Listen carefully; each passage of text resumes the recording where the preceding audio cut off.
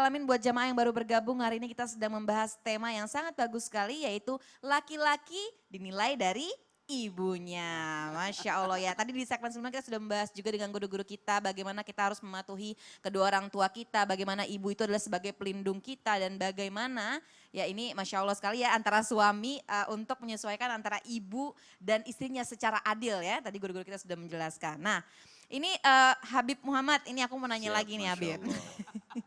Ya tadi kan di segmen 1 udah dibahas ya bagaimana tentang dilema anak laki-laki setelah menikah nih buat memilih bagaimana ibu dan istrinya secara adil ya Habib ya. Nah tapi ternyata ada lagi nih ibu-ibu yang lainnya selain ibu kandung juga ya. Jadi kan ada yang ibu angkat, ibu asuh ya Ustadz. Nah yaitu mungkin juga ibu mertua. Nah ini nih ibu mertua ini nih.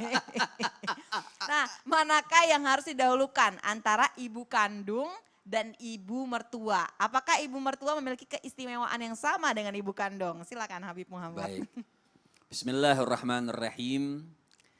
Makanya tadi dikatakan dalam suatu riwayat, innallah yusikum bi ummahatikum thalathan. Wa yusikum bi abaikum wa innallah yusikum bil agrab fal agrab. Ini yang saya bahas. Artinya Allah Subhanahu wa taala melalui baginda Nabi besar Muhammad sallallahu alaihi wasallam itu menasehatkan, betul-betul mewasiatkan, ayo ummuka ummuka ummuka. Ibumu, ibumu, ibumu, kemudian ayahmu. Agrab fal agrab. Nah, ini yang kita bahas, agrab fal agrab, yang terdekat dan yang terdekat. Maka kalau kita lihat di dalam kitab Imam Nawawi, nah saya bacakan sedikit. Di dalam kitab Al-Imam Nawawi Birrul Walidain. Itu Imam Nawawi mengatakan, qala al-Imam Nawawi rahimahullah yustahabbu an tuqaddimal fil bir. Artinya sangat ditekankan bagi seorang anak, baik anak laki-laki atau anak perempuan, an tuqaddimal yaitu lebih mendahulukan ibunya. Kalau kita bicara nasab, misalnya nasab, ibu dengan anak, anak dengan ibunya, dengan anak dengan mertua misalnya. Kalau masalah kedekatan misalnya, seorang ibu itu dengan sebab darah tidak batal wudhu, jadi kuat. Kalau mertua hanya dengan satu pernikahan. Jadi mahram itu dengan sebab pernikahan, bukan dengan sebab dengan sebab nasab atau darah. Tapi kalau seorang ibu dengan sebab nasabnya itu dengan darah, jadi kuat. Kalau dikatakan mana didahulukan, ya ummuka. Artinya ibumu daripada mertua. Tapi artinya kan di dalam rumah tangga pun kita harus menghormati semuanya. Seperti kembali tadi saya tanyakan. Seperti kita menghormati ibu kita, kemudian kita tidak menghormati orang mertua kita, salah. Salah, bukan seperti itu.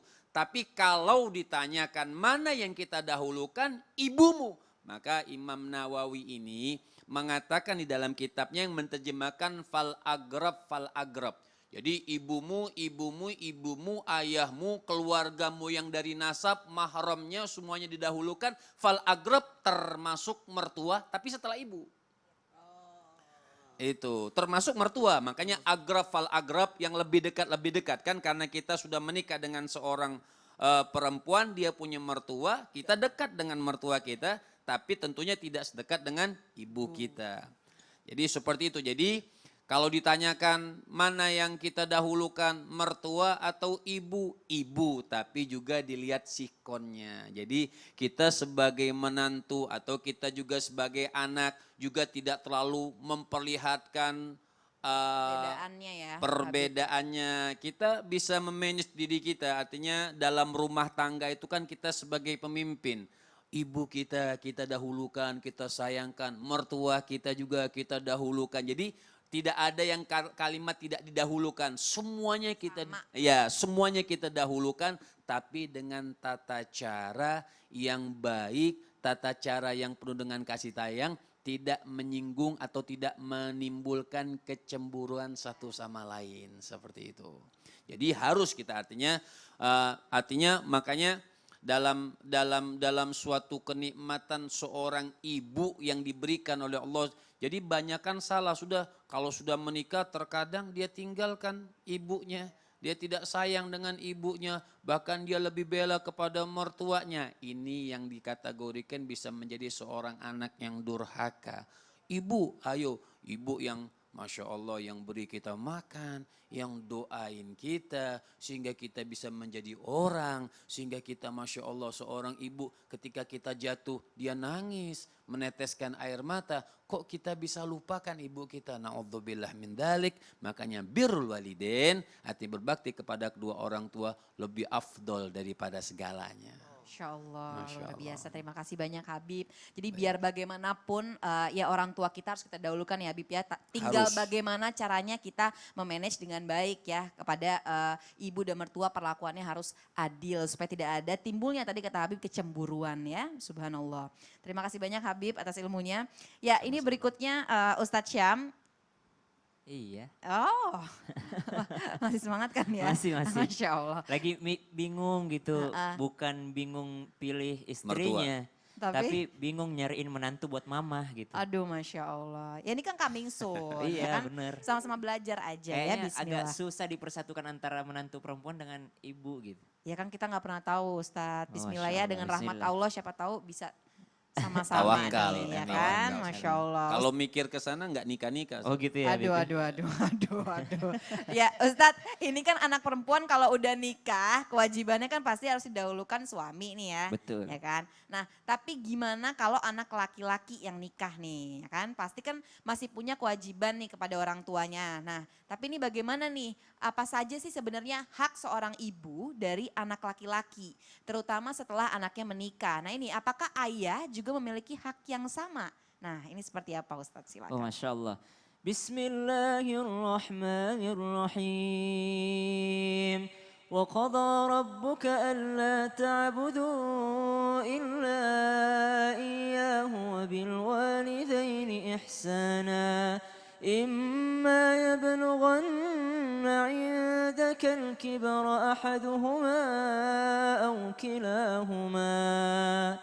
Ayat ini berkenaan tentang menyembah Allah Subhanahu wa taala, jangan berbuat kesyirikan dan juga langsung wabil walidaini ihsana dan juga berbuat baiklah kepada kedua orang tuamu. Uniknya ayat ini Allah kategorikan imma yablughanna indakal kibar ahaduhuma au kilahuma.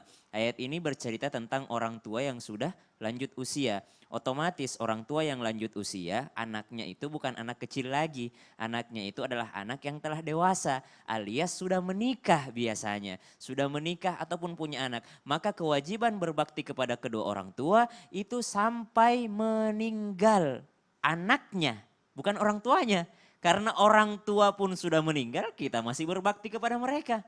Orang tua kita sudah meninggal, kita masih baca Al-Quran, kirimkan pahalanya untuk beliau yang sudah meninggal. Orang tua kita sudah meninggal, itu kita masih wajib berbakti kepada keduanya. Jangan berbuat maksiat di belakangnya karena kita menyakiti hatinya. Jangan apa segala macam kita sedekah atas nama beliau, itu mengirimkan pahala untuk beliau. Maka kewajiban berbakti kepada orang tua, kita sudah dewasa, kita sudah menikah, kita sudah punya anak, kita sudah punya cucu bahkan, tetap wajib berbuat baik kepada kedua orang tua kita dan tetap orang tua kita punya hak. Masya Allah, tabarakallah. Maka yang lebih utama terhadap seorang laki-laki tetaplah ibunya. Sudah disampaikan oleh guru-guru kami bahwasanya tetap yang lebih utama adalah orang tuanya dibandingkan pasangannya. Walaupun yang wajib untuk dinafkahi liyunfiqu dzu sa'atan min sa'ati wa man qudira alaihi rizquhu falyunfiqu mimma atahu Allah. La yukallifullahu nafsan illa ma ataha. Yang wajib dinafkahi adalah anak istri. Setelah itu yang diutamakan adalah ibunya. Yang diutamakan adalah kedua orang tuanya. Pertanyaan kedua, apakah ayahnya juga punya hak? Karena dari tadi ibu.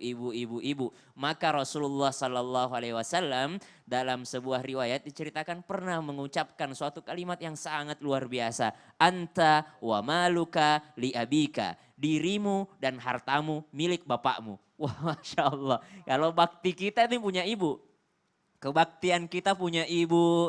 kewajiban kita berbuat baik ini prioritas ibu. Tapi diri kita ini kalau disebut anta semuanya. Ragamu, nyawamu, kedudukanmu itu maka di hadapan orang tua itu punya bapakmu. Bukan hanya itu. Wa maluka dan hartamu itu liabika adalah milik bapakmu. Masya Allah, tabarakallah. Kalau bapakku nonton ini langsung minta pulsa setelah ini. Langsung minta kuota. Tapi alhamdulillah. Alhamdulillah. Iya, ini Masya Allah, hadis ini luar biasa ini, Masya Allah. Jadi ibu kita prioritas, tapi bapak kita haknya juga sangat luar biasa. Karena jangankan semua itu, diri kita saja, itu seakan-akan Rasulullah mengatakan kalau bapakmu ingin untuk meminta nyawamu, maka itu adalah hak bapakmu. Kalau bapakmu ingin meminta semuanya, maka itu adalah hak bapakmu. Tentu saja secara ma'ruf. Tentu saja kalau dalam bisnis ke orang lain namanya muamalah. Tapi kalau kepada keluarga namanya muasyarah. Sedangkan dalam Al-Quran disebutkan wa'ashiruhunna bil ma'ruf. Dan pergaulan atau yang namanya muasyarah dalam keluarga itu dengan cara yang ma'ruf. Ma'ruf itu apa? Ma'ruf adalah kebaikan yang mungkin tolak ukurnya sama gitu. Jadi menurut ayah kita baik, menurut kita baik gitu. Menurut kita baik, menurut lingkungan kita baik gitu. Iya. Jadi sekali lagi ya Ustadz, jadi prioritas ibu, Betul. tapi biar bagaimanapun ayah mendapatkan haknya ya, Betul. Masya Allah ya. Jadi semuanya kedudukannya sama ya, Masya Allah ya. Kepemilikannya sama ya. Kalau nggak ada ayah puasa kita tiap hari. Aduh. gitu ya. Terus siapa yang cari uang? Kemana Habib, aduh iya juga sih. Masya Allah. Ya. Ini alhamdulillah hari ini kita masuk ke segmen curhat online ya, di mana jamaah bisa bertanya atau curhat kepada kita mengenai masalah apapun dan insya Allah akan dijawab oleh guru-guru kita di sini ya. Ya langsung saja, ini ada jamaah hamba Allah. Assalamualaikum warahmatullahi wabarakatuh. Assalamualaikum, Waalaikumsalam. Iya, waalaikumsalam Mbak, silakan Mbak pertanyaannya. Jadi yang Waalaikumsalamnya itu kan menjawab dari Wirsalamnya Iya, tadi. Oh, gitu ya. benar. Masya Allah. Silakan. Iya Ustadz Habib, jadi aku mau curhat. Aku tuh sedih banget gitu, maksudnya kalau ngelihat tiap hari tuh papa aku tuh selalu marahin mama aku, selalu ngomel-ngomelin mama aku, selalu kasar sama mama aku. Cuman gara-gara itu loh mamaku tuh lupa gitu ngasih makan, nyiapin makan buat nenek aku. Padahal tuh gimana ya, papa aku tuh baik banget sama nenek aku gitu, memperlakukan nenek aku tuh baik banget sampai papaku tuh selalu bilang ke mamaku tuh kayak, dasar kamu menantu durhaka, gak becus ngurus mertua kayak gitu, sampai dikata-katain kasar lah pokoknya segala macem. Terus aku sebagai anak harus gimana ya, aku kan belain mama, tapi terus aku marah sama papa, aku ngelawan papa, itu salah nggak ya Ustadz ya? Kayak gitu Ustadz. Ya, ya terima kasih banyak Mbak. Ya, ini bagaimana nih Ustadz silakan. Ya silakan. Oh, jadi Jawabannya. pertanyaannya salah nggak kalau aku bersikap kasar atau ngelawan ayah karena sikap ayah yang seperti itu? Salah, tetap salah. Karena melawan orang tua, bagaimanapun orang tua tetap orang tua. Tapi yang kedua, apakah boleh mengingatkan? Oh, sangat boleh. Bahkan wajib kita tawasau bil haqqi, tawasau bis sabar. Bukan hanya tawasau bil haqqi, kita harus mengingatkan yang hak, yang benar gitu. Tapi harus tawasau bis sabar, mengingatkan juga tentang yang sabar tadi. Maka Masya Allah kalau ditanyakan apa yang harus saya lakukan, yang pertama adalah kalau memang kelihatan mama kerepotan untuk ngurus nenek, kamu sebagai anak perempuan yang bantuin mama untuk ngurusin nenek gitu loh, Masya Allah. Jadi kalau misalnya takut nih ntar mamaku dimarahin lagi sama papa nih. Maka segera untuk membantu mama untuk ngurusin nenek. Mungkin mama juga ada kerepotan yang lainnya sehingga tidak sempat atau mungkin ada kelupaan, namanya manusia pasti ada khilafnya. Maka kamu sebagai cucu yang harus bantuin mama untuk ngurusin nenek seperti itu mungkin. Ya, Masya Tanpa Allah. bermaksud menggurui ataupun mengajari. Jadi dengan komunikasi yang baik juga ya Betul. Ustadz ya. Ya terima kasih Ustadz Syam, Ustadz Maulana silakan menambahkan. Baik, bismillahirrahmanirrahim. Terima kasih banyak. Curhatannya ini mewakilkan kepada semua yang sama permasalahannya dengan yang. Jadi ini curhatan yang luar biasa ya, karena ini keseharian. Jadi kalau berbicara tentang bagaimana nih perlakuan saya menyikapi ayah saya yang berakhlak buruk atau memperlihatkan keburukan terhadap kami sebagai anak-anaknya. Maka yang paling terbaik, betul tadi kata Sasam, tetap kita berbuat baik kepadanya. Sekali lagi, tetap kita berbuat baik kepada ayah meskipun ayah kita buruk akhlaknya. Sekali lagi, meskipun orang tua kita dalam hal ini ayah zolim, tetap kita berbuat baik kepadanya. Caranya berbuat baik kepada orang yang berbuat buruk gimana? Mencegah mereka untuk melakukan keburukan. Ya sekali lagi, mencegah. Kalau perlu anak perempuan itu biasanya dekat dengan ayah. Apa salahnya kalau tadi Sasam bagus tadi, arahkan ke nenek, saya coba-coba arahkan ke ayah. Pak gimana nih? Jadi sebiasanya anak perempuan itu dekat dengan ayah. Kemudian yang kedua, cara menegur atau mengingatkan, ini mohon maaf karena tidak ada orang yang mau diguru ya. Apalagi dalam hal ini ayah mau diajarin sama anaknya, anak perempuan lagi. Rese banget sih ya. Caranya adalah memperlihatkan kebaikan di depan orang yang akan kita sampaikan. Jadi keteladanan yang paling bagus. Jadi contoh yang terbaik yang kita perlihatkan. Bagaimana caranya kita berbuat baik, mama dan sebagainya. Sehingga maaf tanpa menggurui. Sehingga dalam hal ini ayah sadar akan kelakuannya. Jadi disadarkan dengan keteladanan. Kemudian mohon maaf, apapun yang kita lakukan bungkuslah dengan akhlak yang baik. Sekali lagi, bungkuslah dengan akhlak yang baik. Bukan sesuatu yang buruk meskipun kita berusaha dengan perbuatan yang baik. Aku ini benar, tapi karena akhlaknya buruk, caranya, kata-katanya, perlakuannya tidak tepat, ini bahaya. Jadi memperlihatkan dengan akhlak yang baik sehingga insya Allah mudah untuk bisa merubah. Masya Allah. Sesuatu yang buruk. Sekali lagi ya ini aku suka banget kata-kata Ustaz tadi dibungkus dengan akhlak yang baik. Iya. Masya Allah. Nah jamaah ini apakah ada pertanyaan kembali? Apakah sudah cukup? Silakan. Cukup Kak insya Allah. Terima kasih Ustadz. Ya oke. Ya sebentar. Artinya kalau Silakan, Habib. mau ditambahkan nasihat kalau anaknya bagus semuanya, juga nasihat buat ayah-ayah yang ada di dunia. Ya silakan. Ini gimana nih Habib? Silakan. Artinya juga tidak boleh diktator kita. Iya, kita seorang ayah juga harus jangan sebentar-sebentar marah, sebentar-sebentar temperamen, sebentar-sebentar melakukan hal yang di luar kemampuan daripada seorang ibu atau kemampuan daripada seorang istri. Ya. Seperti itu. Jadi kita jadi seorang ayah ini harus mencontoh siapa? Contoh Nabi Muhammad SAW. Bagaimana lembutnya Nabi, bagaimana beliau menegur istrinya, bagaimana melakukan hal-hal muasyarah bil ma'ruf tadi yang disampaikan oleh Ustaz Syam. Artinya tidak ada kewajiban juga seorang istri untuk mengurus mertua. Artinya untuk fadilah mengambil kemuliaan keredoan suami boleh. Seperti itu. Mencuri perhatian suami lewat jalur mertua. Seperti itu. Masya Allah luar biasa. Terima kasih banyak guru-guru kita semua. Iya Mbak mudah-mudahan terjawab ya. Bismillah mudah-mudahan ada solusinya. Sudah dijawab dari sisi anak dan juga sisi ayahnya oleh guru-guru kita.